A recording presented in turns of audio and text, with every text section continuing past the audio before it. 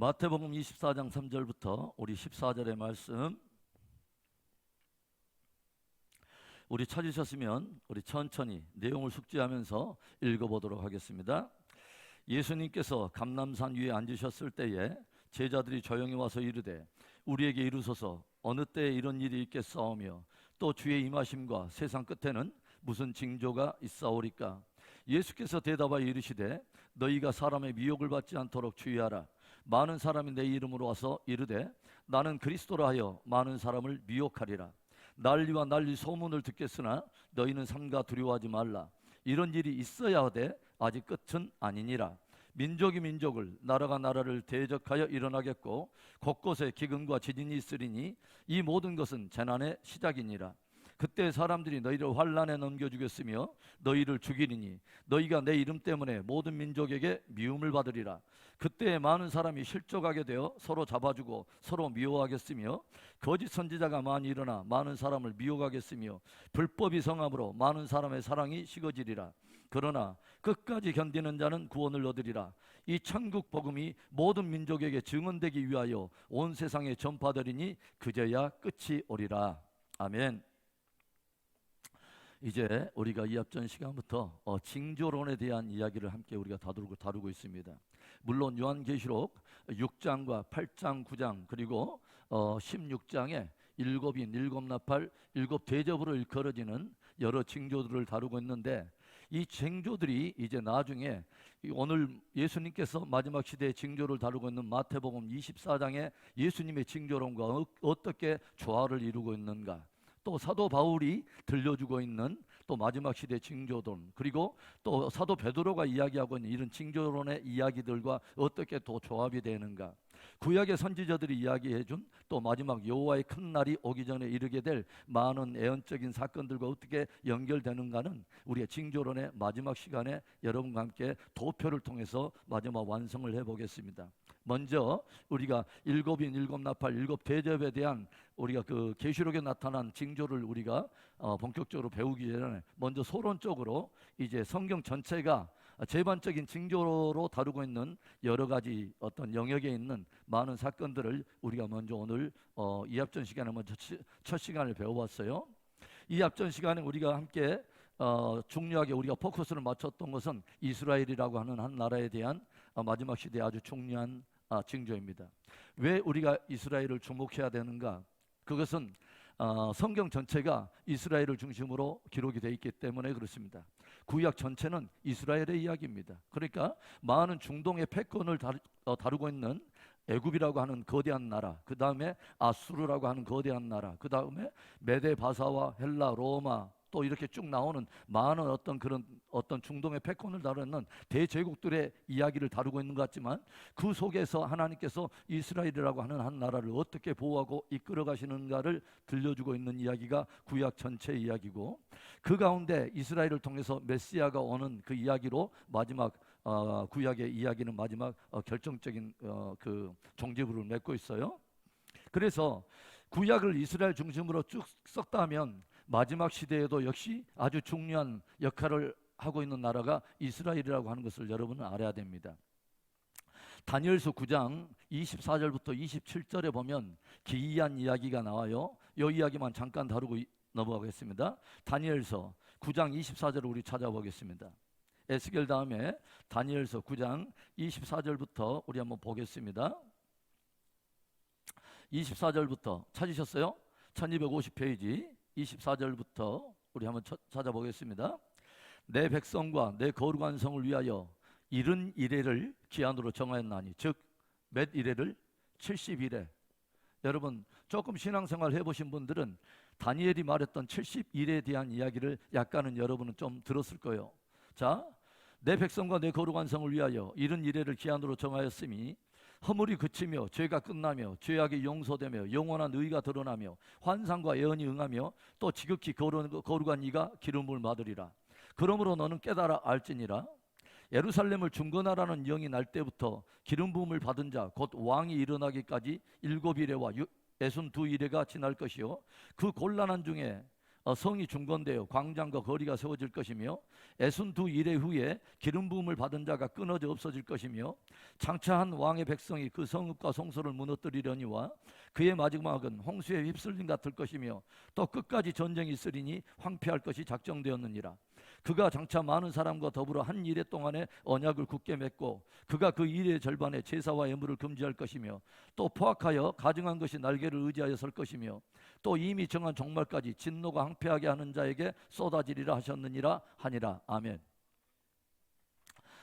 우리가 이 시간에 다니엘의 71회를 아주 객관적으로 우리가 섬세하게 다룰 수는 없지만 전체적으로 이런 이야기입니다. 뭐냐면은 71회에 대한 하나님이 어떤 정한 기한이 있다는 거죠. 그런데 이 중요한 71회 기준 정한 기한이 어떤 백성과 무엇을 위해서 기록했냐면 24절에 정확히 처음에 이렇게 나오죠. 너의 백성과 내 거룩한 성을 위하여 이른 이래를 기한으로 정하였느니. 그러니까 71의 핵심적인 기준은 뭐냐면 너의 백성 즉 이스라엘과 그 다음에 거룩한 성을 위해서 즉 예루살렘 성을 위하여 이 71회 기한을 정했다고 하는 것입니다. 그러니까 72일회가 펼쳐지는 모든 것의 중심은 주목해야 될 것은 이스라엘이라고 하는 백성과 그 다음에 예루살렘 성을 우리가 주목해야 된다고 하는 거죠.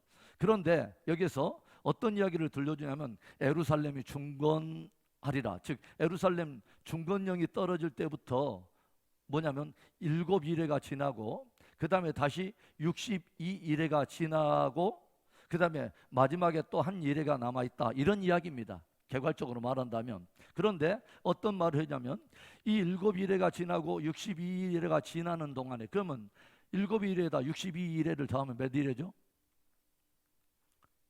어려운 문제 아닙니다. 산수 문제예요. 몇 일회예요? 69일회. 그렇죠. 그런데 이 한 일회는 무엇을 말하면 7년을 말합니다. 7년. 그러니까 예루살렘을 중건하라고 하는 명령이 떨어질 때부터 거기 시점을 기준으로 해서 72일이라고 하는 시간이 시작되는데 거기에서부터 7일회가 지나고 62일회가 지난 동안에 어떤 일이 일어나냐면 예루살렘이 중건했다는 말은 무슨 말이에요? 예루살렘이 황폐하게 됐던 것을 전제로 하는 거죠. 예루살렘이 무너지고 초토화됐던 것을 지금 말하는 것입니다. 그러니까 지금 바벨론의 포로로 끌려갔던 지금 이스라엘 백성들의 그 이야기를 지금 전제로 하고 있는 거예요. 그런데 그 백성들이 돌아와가지고 무엇을 하냐면 예루살렘을 중건하게 되는 사건이 벌어진다고 하는 것입니다. 그런데 역사 속에 예루살렘 중건령은 3번에 걸쳐서 일어났는데 지금 이 이야기를 다루고자 하는 것이 아니기 때문에 개괄적으로 지금 이스라엘과 예루살렘이 왜 중요한가를 여러분에게 말씀하려고 지금 이것을 들려주는 거예요. 그러니까 뭐냐면 그 시점을 기준으로 해서 7일회가 지나고 62일회가 지나는 동안에 다시 황폐화되고 초토화됐던 예루살렘 성이 뭐냐면 중건이 된다는 말입니다. 그리고 예루살렘이 중건될 뿐만 아니라 다시 그 도시가 회복되고 다시 많은 사람들이 그곳에 정착해서 살게 된 일이 벌어지고 그 다음에 62일회가 지나는 동안에 어떤 일이 벌어지냐면 기름 부음을 받은 자가 이 땅 가운데 온다는 것입니다. 그 기름 부음을 받은 자는 누구를 말하냐면 메시아이신 예수 그리스도가 이 땅에 오게 된 것을 말하는 것입니다. 그래서 기름 부음을 받은 자가 오는 일까지 62일의 모든 이 69일의 동안에 이런 일들이 일어나요. 중요한 사건이. 그 다음에 어떤 일이 일어나면 기름 부음을 받은 자가 끊어집니다. 그러니까 무엇을 말하면 기름 부음 받은 메시아가 뭐요? 죽임을 당하는 것을 말하는 것입니다. 끊어진다. 그래서 고난을 당해서 죽임을 당하는 그 사건이 벌어지는 것을 말하고 그 다음에 무엇을 말하냐면 기름 부음 받은 자가 끊어지고 나서 한 왕의 백성이 뭐냐면 예루살렘 성으로 군대를 몰고 들어올 것을 이야기하고 있는데 이게 어떤 사건이냐면 AD 70년에 어떤 사건이 일어납니다. 뭐냐면 로마의 디도 장군이 거대한 군대를 이끌고 예루살렘을 들어왔고 예루살렘을 초토화시켜버리고 AD 70년 이후로는 이제 뭐냐면 그 이스라엘에 있던 모든 주둔했던 이스라엘 백성 대부분을 다른 나라로 모두 다 흩어버리시죠. 그래서 AD 70년 이후로는 이제는 서서히 이스라엘 백성들이 그 땅을 떠나기 시작해가지고 무려 몇 년 동안을 2000년 동안을 온 지구촌에 흩어져 사는 그런 비극적인 그런 시즌을 이스라엘 백성들이 지내게 된다고 하는 것이죠. 그런데 이런 일들이 있는데 이제 이런 역사들이 쭉 지나가다가 어떤 인물이 등장하냐면 27절에 아주 중요한 인물이 등장하는데, 그가 장차 많은 사람들과 더불어 한 이레 동안의 언약을 굳게 맺고, 그러니까 뭐냐면 여기에 27절에 말하는 그는 누구냐면 적그리스도를 말합니다. 적그리스도. 자, 제가 이것을 왜 적그리스도가 말하는지 이런 게 말을 할 거예요. 자, 봐보세요. 그가 장차 많은 사람들과 더불어서 무슨 동안의 언약을 맺냐면 한 이레 동안의 언약을 맺어요. 그러니까 이 앞전에 이 72례 중에 69일에 동안에 예언되어 있던 모든 사건은 다 성취돼요. 그러죠. 그런데 마지막 한 이레에 대한 예언은 남아 있어요. 그런데 이것이 마지막 한 이레가 어디에 예언되어 있냐면 역사의 마지막 끝에 예언되어 있다는 것입니다. 무슨 말인지 알겠어요? 그래서 69일에와 71회 사이에는 거대한 공백이 있다고 하는 것입니다. 이것을 무엇이라고 우리는 말할 수 있냐면, 이 공백이 왜 들어왔냐면 바로 그것입니다. 초림에 오셨던 메시아이신 예수 그리스도를 부인함으로 말미암아 유대인이 원래 구원의 가지에서 찍힌 바 되고, 그 사이에 공백 기간에 누가 들어왔냐면 이방인들이 들어와서 구원을 얻는 시기가 그 안에 들어와 있다고 하는 것입니다. 무슨 말인지 이해가 되십니까? 그리고 나서 이방인의 충만한 수가 차 들어오면서 무엇을 하냐면, 이방인의 충만한 숫자가 차 들어오면서 이제는 뭐냐면 다시 유대인들이, 찍힌 바 된 유대인들이 다시 이스라엘의 그 고토로 돌아온 역사가 있게 될 것을 지금 성경이 끊임없이 말하는 것입니다. 무슨 말인지 아시겠어요? 자, 어디를 보시냐면 누가복음 21장을 보겠습니다. 누가복음 21장. 누가복음 21장 보겠습니다. 자, 누가복음 21장. 자, 20절에 봐보세요. 20절에 너희가 예루살렘이 군대들에게 에워싸이는 것을 보거든 그 멸망이 가까운 줄 알라. 그래서 예루살렘이 군대들에 의해서 둘러싸이는 일들이 있다는 것이죠. 이것이 초림에는 AD 70년에 디도 장군에서 성취가 되는데, 마지막 때도 이 일이 또 일어날 것을 성경을 계속 이야기하고 있습니다. 예루살렘에 큰 전쟁이 일어난다. 그 다음에 24절에 봐보세요. 24절에 아주 기이한 말씀을 예수님이 직접 들려주신 말씀이에요. 한번 읽어봅시다. 시작. 그들이 칼날에 죽임을 당하며 모든 이방에 사로잡혀 가겠고, 그 다음에 아주 중요한 말이 나와요. 예루살렘은 뭐예요? 이방인의 때가 차기까지 이방인들에게 짓밟히리라.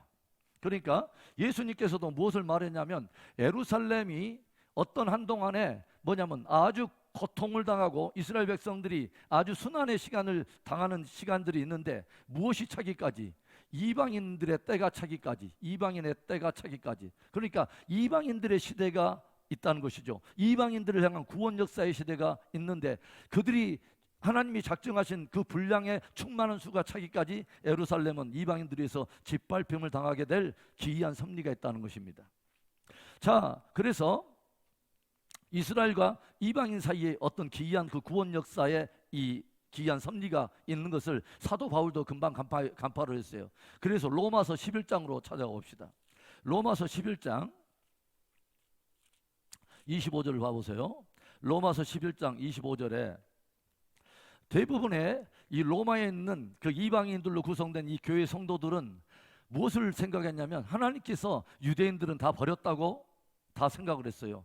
그 이스라엘 이방인들로 구성된 그 교회 성도들은 유대인들을 향한 이제 하나님의 구원 계획은 끝났다. 저들이 초림으로 오신 메시아를 못 박았기 때문에 하나님은 유대인을 버렸다라고 생각하고 있을 때, 유대인이었던 사도 바울이 이방인 로마 성도들에게 그들을 책망하면서 이런 말을 들려줍니다. 11장 25절에 형제들아, 너희가 스스로 지혜 있다 하면서 이 신비를 너희가 모르기를 내가 원하지 아니하노니. 이 신비는 뭐냐면 이방인의 충만한 수가 들어오기까지 이스라엘의 더러는 우둔하게 된 것이다. 여기에서 사도 바울도 무엇을 말하냐면, 이방인의 충만한 수가 들어와야 될 하나님의 구원 계획이 있다. 그동안에는 뭐예요? 유대인들은 찍힌 바 돼가지고 고난 속에 넘겨지는 기이한 이 섭리가 있다. 그러면 여러분, 이제 제가 그 말을 조금 이렇게 거꾸로 우리 한번 설명을 해봅시다. 역으로 설명해 봅시다. 이방인의 충만한 수가 차기까지 예루살렘은 짓밟힘을 당하리라. 그리고 이방인의 수가 충만할 때까지 이스라엘의 더러는 완화가게 된 것이다. 우둔하게 된 것이다. 찍힌 바 된 것이다. 그러면 여러분, 이방인의 수가 충만하게 찼다고 하는 것은 무엇으로 알 수 있을까요? 이방인의 수가 이제는 하나님이 정하신 분량만큼 거의 차 들어오고 있다는 것을 무엇을 통해서 알 수 있어요? 이스라엘이 다시 회복됐다고 하는 것입니다. 예루살렘이 이제 짓밟힌 그 이스라엘이 예루살렘이 다시 역사 속에 회복되어서 나타났다고 하는 것이 이방인의 충만한 수가 이제 서서히 차 들어왔다고 하는 것을 말하는 거예요. 그러면 그 말은 동시에 무엇을 말하냐면 이제는 찍힌 바 됐던 유대인들이 돌아야 될 시대가 이제 열린다는 것입니다. 할렐루야. 여러분, 이 기이한 신비를 여러분 아셔야 돼요. 그러니까 뭐냐면 예전에는 유대인들은 아예 메시아 자체를 받아들이지 않았어요. 그런데 기이하게 이스라엘이 역사 속에 드러나기 시작하면서부터 돌아온 이스라엘 가운데 메시아이신 예수 그리스도께 돌아오는 메시아닉 유대인들이 서서히 일어나기 시작했다고 하는 것입니다. 이건 굉장한 사건이에요. 할렐루야. 그래서 제가 종종 말하잖아요. 이스라엘을 꼭 주목해야 된다. 예루살렘을 우리가 주목하고 있어요. 여러분, 예루살렘을 향한 하나님의 열심을 여러분 아십니까? 하나님의 열심 가운데 하나는 예루살렘을 완전히 영화롭게 회복시키는 것이 하나님의 아주 중요한 계획 중에 하나예요. 이것이 현대 이방 교회가 많이 놓치고 간과하고 있는 부분의 하나입니다. 그런데 이스라엘을 놓치고 가면 마지막 역사의 중요한 패러다임을 놓칠 수밖에 없어요. 자, 우리 어디를 또 보냐면 이사야서 62장을 봅시다. 원래 오늘 이 말씀을 증거하려고 하는 것이 아닌데, 자, 이사야서 62장을 봐봅시다. 이사야서 62장 보겠습니다. 여러분들은 행복한 사람들이. 자, 62장의 1절에 봐봅시다. 자, 나는 시온의 의가 빛같이 예루살렘의 구원이 햇불같이 나타나도록 시온을 위하여 잠잠하지 아니하며 예루살렘을 위하여 쉬지 아니할 것인즉 이방 나라들이 너의 공의를 뭇 왕이 다 내 영광을 볼 것이요 너는 여호와의 입으로 정하실 새 이름으로 일컬음이 될 것이며 너는 또 여호와의 손에 아름다운 관 내 하나님의 손의 왕관이 될 것이라. 다시는 너를 버림받은 자라 부르지 아니하며 다시는 내 땅을 황무지라 부르지 아니하고 오직 너를 헵시바라 하며 내 땅을 뷸라라 하리니 이는 여호와께서 너를 기뻐하실 것이며 내 땅이 결혼할 것처럼 될 것이라. 마치 청년이 처녀와 결혼한 같이 내 아들들이 너를 취하겠고 신랑이 신부를 기뻐한 같이 내 하나님이 너를 기뻐하시리라. 아멘. 여러분, 지금 이 예언이 지금 어디를 향한 하나님의 마음을 지금 담고 있는 예언이에요? 이스라엘과 예루살렘을 지금 향한 하나님의 말씀을 말하는 것입니다. 하나님은 이스라엘의 회복되기를 또 그 다음에 시온의 영광이 회복되기를 위하여 주님은 잠잠하지 아니하고 쉬지 아니하시겠다고 하는 것입니다. 이스라엘의 구원을 얻기까지 나 여호와가 잠잠하지 않겠다는 놀라운 말씀을 들려줘요. 자, 그 다음에 6절에 예루살렘이여 내가 너의 성벽 위에 파수꾼을 세우고 그들로 하여금 주야로 계속 잠잠하지 않게 하였느니라. 너희 여호와로 기억하게 하시는 자들아 너희는 쉬지 말며 또 여호와께서 예루살렘을 세워서 세상에서 찬송을 받게 하시기까지 그로 쉬지 못하게 하라. 여러분, 하나님은 예루살렘을 회복해 내기를 원하세요. 예루살렘을 완전히 회복시키기를 원하세요. 이것이 하나님의 놀라운 계획 속의 하나예요. 왜 하나님께서는 예루살렘과 이스라엘을 그렇게 회복하기를 원하냐면 이스라엘의 회복은 이방 교회들의 회복과 열방의 회복과 맞물려 있기 때문에 그래요. 원래 하나님께서 이방 땅을 복음화시키고 그들을 구원하기 위해서 흩어진 바벨론 가운데서 골라낸 사람이 아브라함이고 그와 더불어서 언약을 맺고 그의 후손들이 이스라엘인 거예요. 그러니까 이스라엘의 회복에 대해서 먼저 하나님이 계획을 갖추셨다는 것은 이스라엘 회복을 통해서 다시 열방을 향한 계획을 이루시려고 원하신다는 하나님의 열심이 있다고 하는 것입니다. 할렐루야.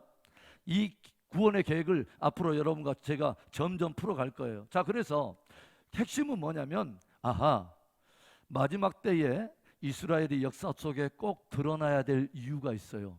왜냐하면 하나님의 구원 역사에 69일에까지의 이제 끊어졌던 그 역사에 마지막 한 일에 작정된 한 일의 역사를 이루면서 하나님의 구원 계획을 완성하기 위해서 이스라엘 역사 속에 반드시 드러나는 거예요. 그리고 예루살렘을 향한 하나님의 특별한 계획이 있기 때문에 반드시 예루살렘은 회복돼야 돼요. 왜냐하면은 천년 왕국이 이 땅 가운데서 예수 그리스도의 재림과 더불어서 천년 왕국이 이루어질 때 그 핵심 도시가 어디냐면 예루살렘이에요. 할렐루야. 여러분들과 저는 무엇을 봐야 되냐면 하나님이 역사를 이끌어가는 역사의 패러다임을 그분과 똑같은 시선으로 가지고 있어야 돼요. 할렐루야. 이건 굉장히 중요한 말씀이에요, 여러분. 자, 그래서 그가 나타난다. 이 그는 제가 뭐라 하냐면 마지막 시대에 나타날 적그리스도라고 말했어요. 그가 무엇을 해요? 많은 사람과 더불어서 한 일의 언약을 맺는다. 그러니까 마지막 한 일의 언약은 뭐냐면 적그리스도가 이스라엘과 맺는 언약을 말하는 거예요. 이스라엘과 더불어서 언약을 맺고, 그 다음에 그 언약의 한 중간에서 이 무엇을 말하냐면 다니엘서 다시 9장 27절로 넘어가면은 그가 장차 많은 사람과 더불어 한 일회 동안의 언약을 굳게 맺고서 그가 일회의 절반에 제사와 예물을 금지할 것이며, 그냥 그러면 마지막 한 일회의 언약을 7년 언약을 맺었는데 이 언약은 평화조약이에요. 평화조약. 그래서 평화조약이고 성전도 짓고 성전에서 예배드려도 좋다고 하는 이 평화조약이 맺어지는 것입니다. 그런데 일의 절반에 적그리스도가 그 마음을 변개함으로 인해서 무엇을 하냐면 제사와 예물을 다시 금지시키고, 무엇을 하냐면 포악하여 가증한 것이 날개를 의지하여 어디에 서냐면 성전에 섭니다. 멸망할 가증한 것이 성전에 서서 자기 스스로를 뭐라 하냐면 하나님이라고 말하면서 이제는 뭐냐면 짐승 경배에 대한 마지막 아주 중요한 대환란이 일어나고 되는 것을 성경 우리한테 들려주고 있는 것이죠. 이 다니엘이 말했던 멸망에 가증한 것에 대한 이야기를 누가 말씀했냐면 친히 예수님이 말씀하셨어요. 우리가 읽었던 마태복음 24장으로 가서 우리가 14절까지 읽었는데 15절에 어떤 인물이 등장하는가 봅시다. 마태복음 24장으로 다시 넘어가면 제가 일반적인 징조, 예수님이 말씀하셨던 일반적인 징조에 대한 이야기를 쭉 말씀드렸어요. 14절에 이 천국 복음이 모든 민족에게 증언되기 위하여 온 세상에 전파되리니 그제야 끝이 오리라. 그 다음에 15절에 누가 나옵니까? 그러므로 예수님 말씀할 때 너희가 선지자 다니엘이 말한 바 멸망에 가증한 것이 거룩한 것에 선 것을 보거든 읽는 자는 깨달을진저. 그때 유대에 있는 자들은 산으로 도망할지어다. 21절에 이는 그때 큰 환란이 있겠으니 창세로부터 지금까지 이런 환란이 없었고 그 후에도 없으리라. 그러니까 뭐냐면 어디서부터 본격적인 환란이 시작되냐면 적그리스도가 등장해서 평화조약의 한 일회를 지내는 동안에 처음에 전 3년 반의 이야기는 겉으로 표면적인 평화의 시간이에요. 그런데 그 일의 절반에 적그리스도가 자기의 정체를 드러내면서 본색을 드러내면서 성전에 자기가 들러앉아서 멸망에 가증한 것이 스스로를 하나님이라고 외치면서 짐승 경배가 시작될 것을 말하는 거예요. 무슨 말인지 아시겠어요? 여러분 잠깐의 어떤 아웃라인이 여러분 그려지세요? 그래서 이 마지막 한 일에 이런 이야기가 있다. 그래서 이스라엘은 마지막 시대에 아주 중요하게 우리가 주목해야 될 하나의 징조 중에 하나다. 그래서 제가 그런 말을 했습니다.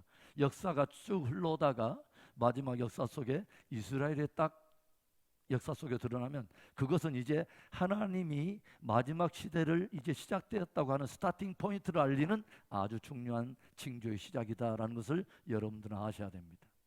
그래서 이제는 이스라엘의 서서히 드러나면서 몇 가지 중요한 이제 성취될 일들이 지금 무르익어가고 있어요. 자, 이런 이야기를 이제 여러분과 함께 들어주면서 오늘 이제 계속 이합전 징조에 이제 이어서 종교적인 징조와 사회적인 징조들을 쭉 먼저 한번 스케치하듯이 쭉 보겠습니다. 자, 2번 이합전에 우리 1번 쭉 봤고요. 2번 종교적인 징조. 누가복음 18장 8절에 보면 그러나 인자가 올 때 이 세상에서 믿음을 보겠느냐. 주님이 의미 있는 경적에 말씀하세요. 인자가 다시 올 때, 즉 재림으로 내가 다시 이 땅에 올 때, 그때 당시에 내가 올 그때에 믿음이 있다고 하는 사람들을 얼마나 내가 찾아볼 수 있을까? 주님이 마음에 탄식하셨다고 하는 거죠. 그러면 점점 어떤 일이 벌어진다는 거죠? 현저하게 믿음이 타락하고 믿음이 식어질 것을 주님이 경고하셨다고 하는 것입니다. 그러나 그 가운데 1절에 땅끝까지 복음이 전파되는 역사가 있게 될 것을 성경은 말하죠. 뭐냐면 땅끝까지 이르러서 이 세상 끝날까지 복음을 전하는 역사는 계속될 것이다. 그러니까 뭐냐면 여러 가지 마지막 시대에 징조가 풀어지고 어두운 시대가 옴에도 불구하고 마음속에 주님이 주신 복음 전도라고 하는 지상 대명령을 마음속에 삶의 최고의 우선순위를 두고 하나님의 나라의 확장을 위해서 그 본질을 늘 물으면서 삶의 현장에서 주의 복음을 증거할 자들이 있다는 것입니다. 저는 여러분들을 축복할 때 저와 여러분의 모든 삶의 목적에 항상 이 영혼 구원이라고 하는 지상 대명령의 이 본질 속에, 그 빛 속에 우리의 모든 삶이 연결되어 있기를 주의 이름으로 축원합니다. 그래서 이 복음을 전하는 역사는 끊임없이 주님 오시는 날까지 있게 될 것이다. 그 다음에 2절에 보니까 두 번째 보면 대배도가 있게 된다. 여러분, 많은 사람들은 지금 막 많이 조급해요. 와, 주님이 이제 뭐 코로나가 임하고 또 여러 가지 전쟁의 징후들도 보이고 막 이런 일들이 있으니까 뭔가 또 지구의 온난화나 이렇게 뭔가 이상 징후들이 막 일어나는 것들 보면서 막 주님이 이제 금방 오시는 것이 아닌가. 물론 주님이 오실 때가 서서히 이제 다가오고 있다는 것을 알고 있는데, 성경을 제가 여러분에게 말씀하면서 하나님이 가지고 있는 역사의 패러다임을 한 시선으로 가지고 있는 것이 굉장히 중요하다고 말했어요. 사도 바울은 주님의 다시 오심과 연결해서 반드시 일어나야 될 두 가지 사건을 먼저 이야기합니다. 이 사건이 먼저 이루어져야 주님이 오신다고 말하는 두 가지의 일이 있는데, 자, 데살로니가 후서를 찾아갑니다. 데살로니가 후서 2장 1절부터 우리 3절의 말씀. 데살로니가 후서, 자 보겠습니다. 자, 2장 1절부터 3절, 334페이지입니다. 신약성경.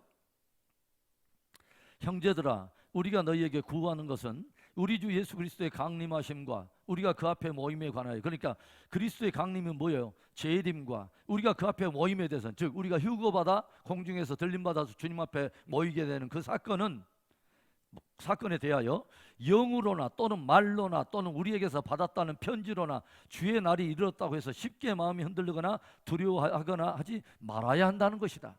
그러니까 뭐냐면 주의 강림이 가까이 오고 지금 휴거가 지금 다가오고 이런 일이 막 지금 이런 일들에 대해서는 영으로나 말로나 많은 사람들이 어떤 뭐 지금 그런 일에 대해서 너희들이 마음에 쉽게 동요하거나 쉽게 그렇게 흔들리면 안 된다는 것이라는 거죠.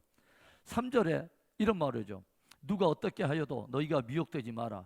먼저는 두 가지 사건이 일어나야 돼. 먼저 뭐가 일어나냐면 배교하는 일이 일어나고, 배교가 일어난다.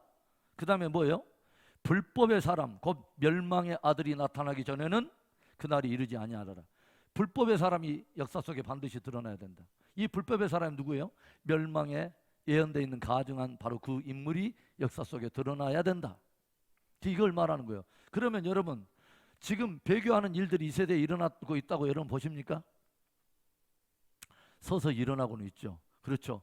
예전과는 차원이 다른 수준과 어떤 그 수위로 배도하는 일들이 일어납니다. 제가 말했지만 미국에 있는 큰 4개 교단이 동성애법을 통과하고 동성애 목사 안수를 인정하고, 그 다음에 미국의 목회자들의 약 45% 50%가 주의 이름을 믿지 않습니다. 부활을 믿지 않습니다.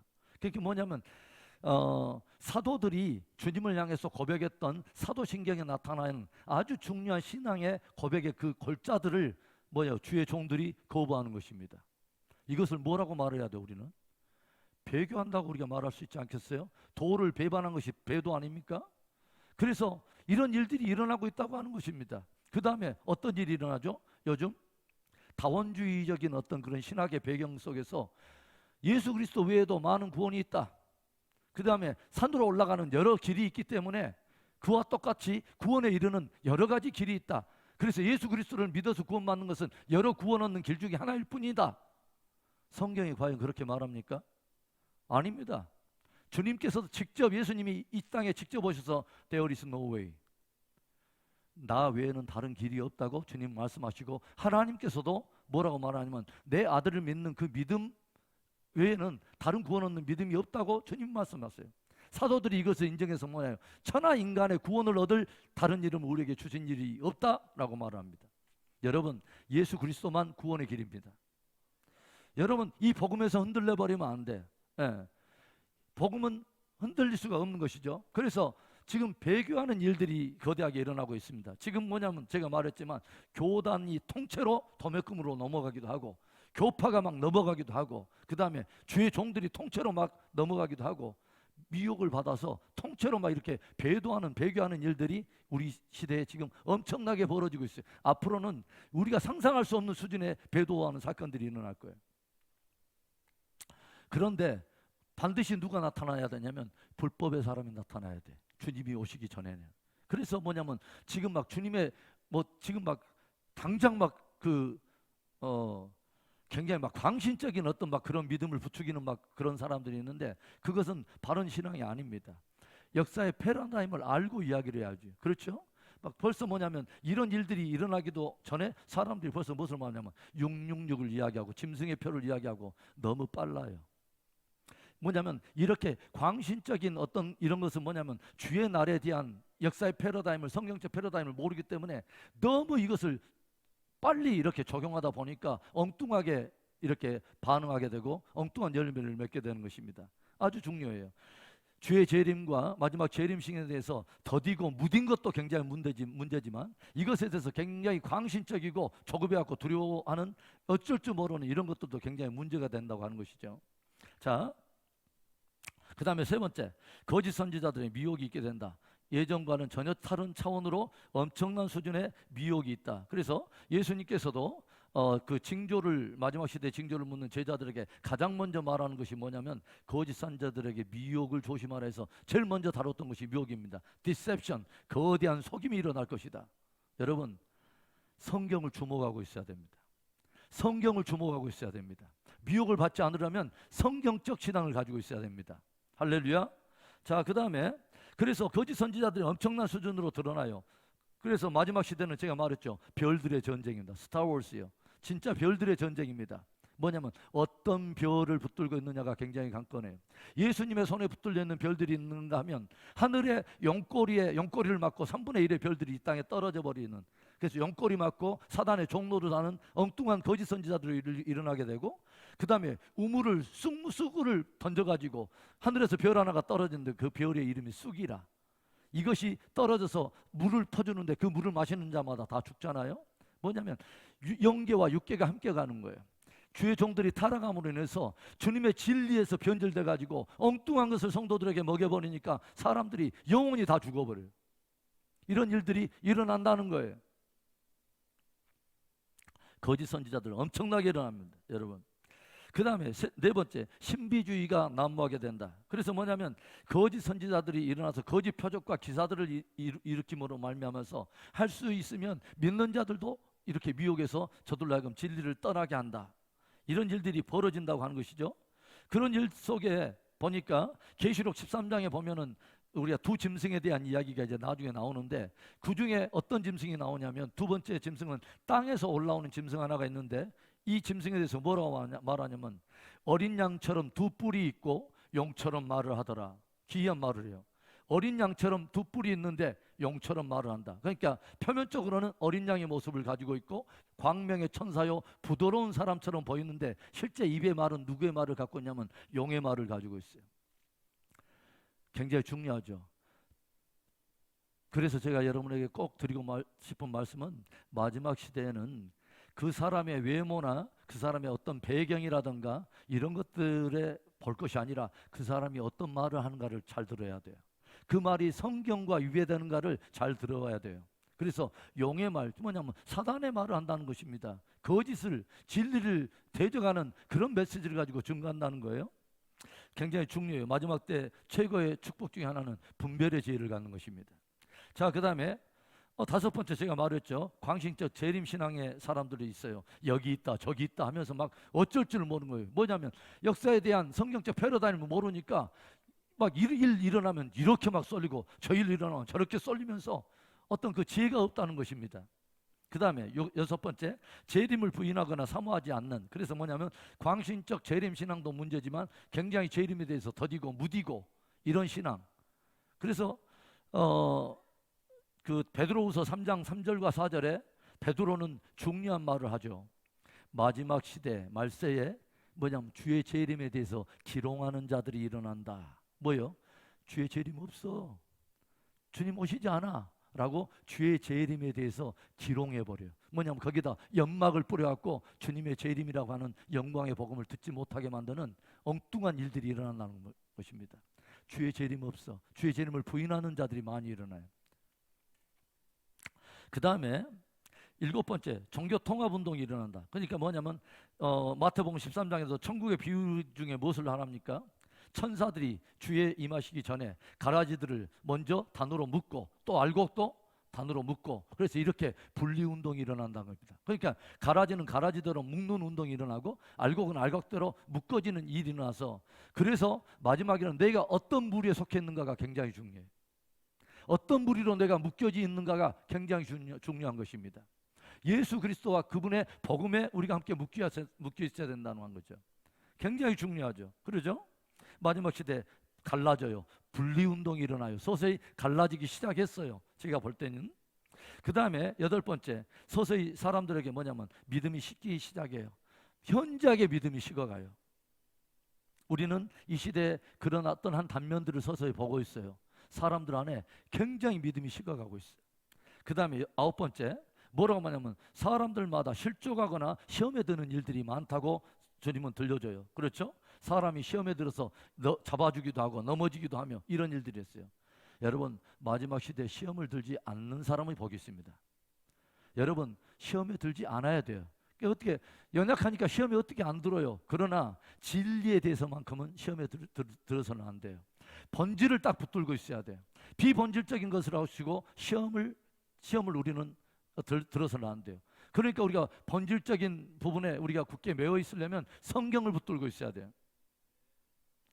자, 그 다음에 10번째, 각종 이단이 범람하고, 그래서 미혹하는 사람들이 많이 있죠. 엄청나게 이단들이 쏟아나죠. 그러죠. 특별히 제가 이렇게 보면 우리 대한민국이 이단이 굉장히 많은 것 같아요. 예. 이단의 공통점이 뭐예요? 다 검정띠요. 태권도 이단도 검정띠고 유도 이단도 검정띠. 그냥 농담이고 이단들이 굉장히 많아요. 여러분 조심해야 돼요. 그 다음에 11번, 모이는 일을 패하는 자들이 많아요. 모이지 말자는 거예요. 뭐냐면 편리주의, 실용주의에 빠져가지고 갈수록 뭐냐면 편하게 하자는 거예요. 예. 그래서 모이기를 패하는 자들의 이런 일들이 있는데 주님이 뭐라고 말합니까? 주님은 그날이 가까움을 볼수록 너희는 더욱 모이기를 힘쓰라라고 말을 해요. 여러분, 모이는 일에 마음을 두실 수 있기를 바라요. 자꾸 들어야 믿음이 생겨요. 그렇죠? 믿음은 들음에서 나와요. 그래서 자꾸 내가 무엇을 듣느냐에 따라서 우리가 내 심령이 다르게 무장되잖아요. 여러분, 하루 종일 내가 TV 켜놓고 있으면 수동적으로 TV가 주는 그 전달하는 메시지만 듣고 있으면 나도 점점 그런 어떤 경향으로 생각이 쏠려가고 마음이 따라가는 거예요. 똑같은 거예요. 내 눈과 귀를 무엇에 들이고 내 마음을 어디에 두느냐에 따라서 우리의 믿음이 달라지는 것입니다. 그래서 가난한 성도들이 많잖아요. 요즘 안 나가 성도들. 그러죠? 스스로 그냥 그 모임을 패.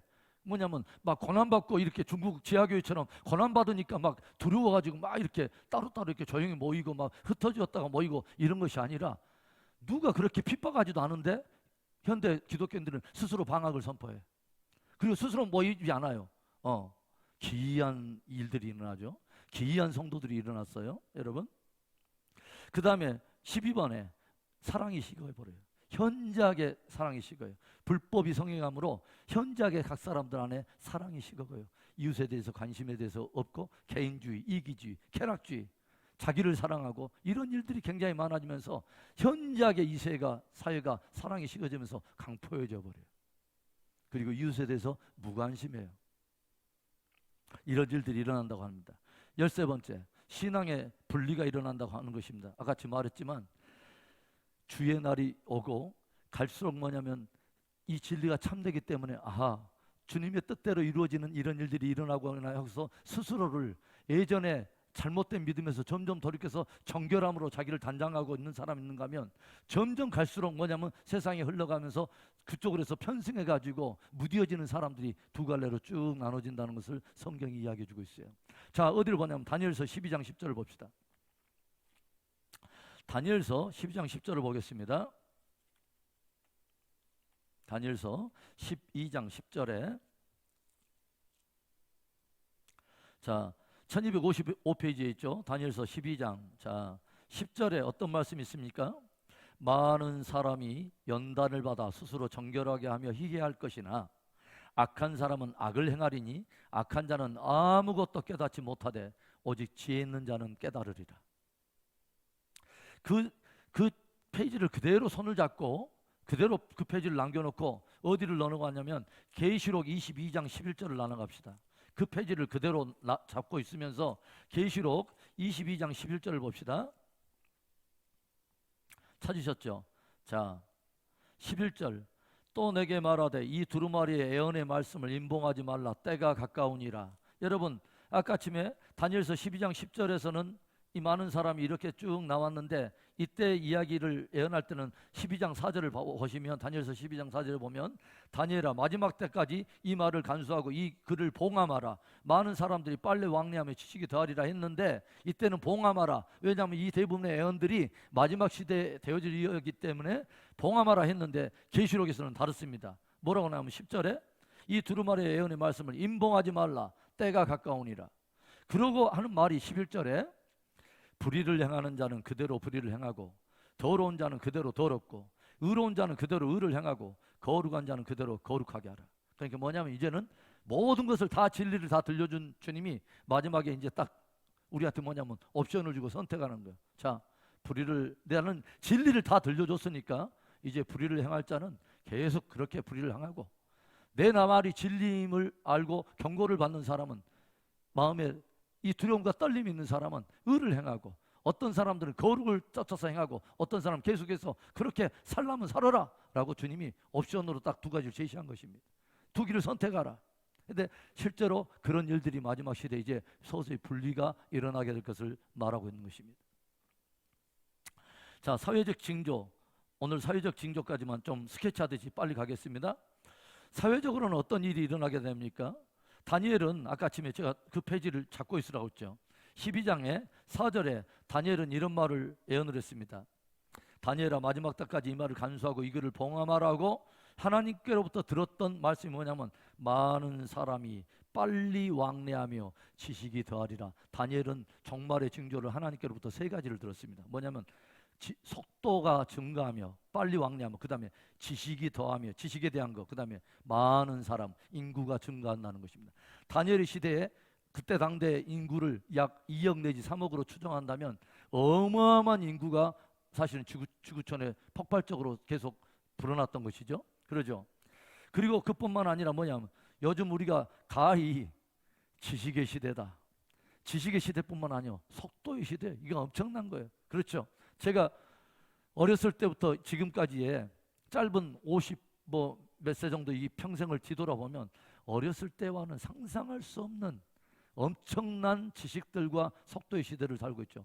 제 국민학교 때 제가 파란 고무 신고 제가 학교를 다녔는데 그때만 해도 어떤 전화 받으려면 뛰어다녔습니다. 그렇죠. 우리 집에 전화가 있었고요. 우리 집에 칼라 TV가 있었더니 위에 그 수재민 동네에서 우리 집에 그 TV 보러 막 내려오고 전화 한 통 오면 우리 중에 누군가 따가지고 옆집 전화 막 받으라고 하면 그 사람이 또 막 달려와서 전화 받고 이런 시대였어요.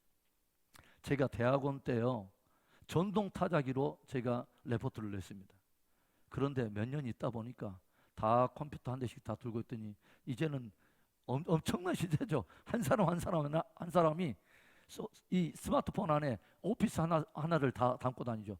돌아다니는 사무실이죠. 그러죠. 이 안에 모든 것들이 그런데 여기서 처리할 수 있는 그 네트워크 자체가 이 거리를 초월해 불잖아요. 나라를 초월하잖아요. 제가 우리 미국에 있는 우리 자녀들과 함께 화상 통화로서 통화를 하고 이제는 이것이 예전처럼 국제 전화가 막 비싸가지고 이럴 필요도 없어. 카톡 전화하면 그냥 금방 이게 페이스톡으로 우리가 또 통화할 수 있고 엄청난 시대입니다.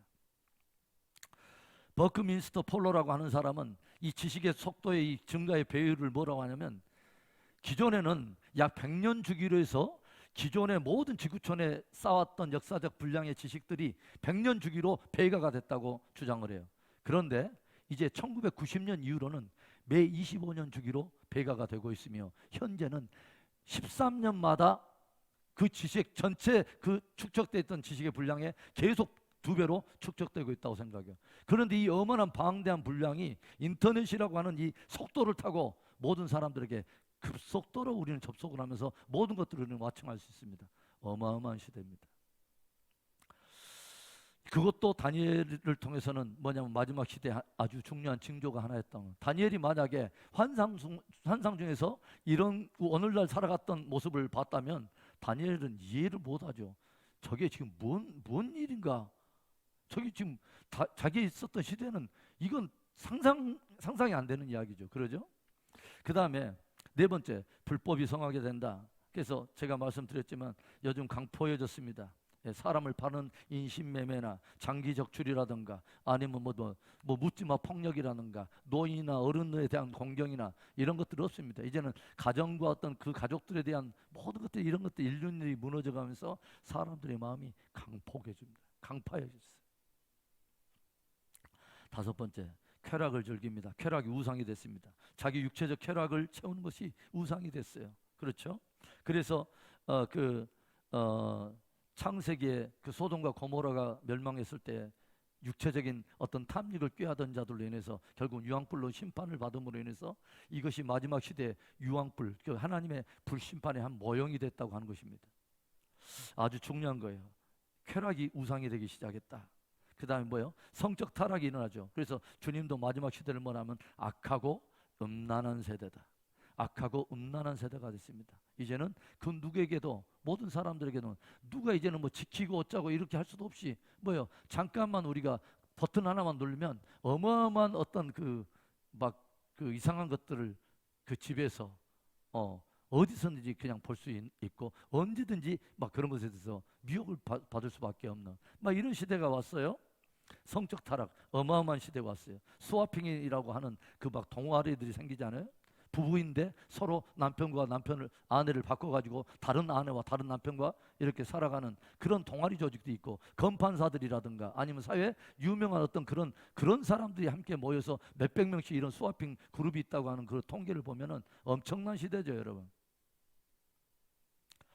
그 다음에 뭐예요? 음악이 타락한다. 그래서 원래는 루시퍼가, 그 사단의 원래 정체가 뭐냐면 하나님 나라에서 원래는 뭐냐면 음악을 관장하던 천사였기 때문에 마지막 시대에 음악을 통해서도 많은 사단적 메시지를 또 증거하는 것들이 일어나고 음악이 많이 타락한다.